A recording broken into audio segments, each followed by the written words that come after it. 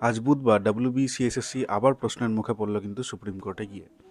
Supreme কোর্টের বিচারপতি রাজ্যের যে আইনজীবী রয়েছেন কল্যাণ বন্দ্যোপাধ্যায় তাকে জিজ্ঞেস করেন যে দাগিদের পূর্ণাঙ্গ লিস্ট কোথায়, কে কোনভাবে দাগি হয়েছে, তার ক্যাটাগরি কী ছিল ইত্যাদি বিষয়ক পূর্ণাঙ্গ লিস্ট কিন্তু এখনও প্রকাশ করা হয়নি। সে বিষয়ে কল্যাণ বন্দ্যোপাধ্যায় জানান যে পরীক্ষার জন্য সেই লিস্ট প্রকাশ করা সম্ভব হয়নি, সেটা প্রকাশ করে দেওয়া হবে। এবং তার সাথে সাথে তিনি এটাও জানান যে আগামী নভেম্বর মাসে প্রথম দিকেই ডাব্লিউবি সেকেন্ড এসএলএসটির যে পরীক্ষা হয়েছিল তার ফল প্রকাশিত করা হবে এবং তারপরে ইন্টারভিউ প্রসেস শুরু হয়ে যাবে।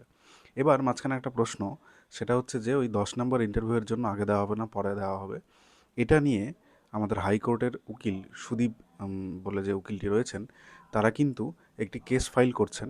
সেটাতে যদি কেউ যুক্ত হতে চাও, আপাতত দেখা ভিডিও অনুযায়ী 2200 টাকা করে লাগছে, যে ইন্টারভিউয়ের পরে যেন 10 নম্বর পায়, প্রথম তাদের দাবি এটা। দ্বিতীয় দাবি এটা যে যারা 2016-র প্যানেলিস্ট তারা যেন সেই 10 নম্বর না পায়, কারণ তাদের প্যানেলটাই বাতিল করে দেওয়া হয়েছে। তো যাই হোক, এই বিষয়ে আমার ডিটেলস জানা নেই, আমি একটা ভিডিও দেখে বললাম, তোমরাও খোঁজ নিতে পারো। কিন্তু নভেম্বরের ফার্স্ট উইকে যে রেজাল্ট দেওয়া হচ্ছে এটা কিন্তু কল্যাণ ব্যানার্জি বলেছেন এবং অযোগ্যদের লিস্ট প্রকাশ করা হবে সেটাও তিনি আজকে সুপ্রিম কোর্টে জানিয়েছেন।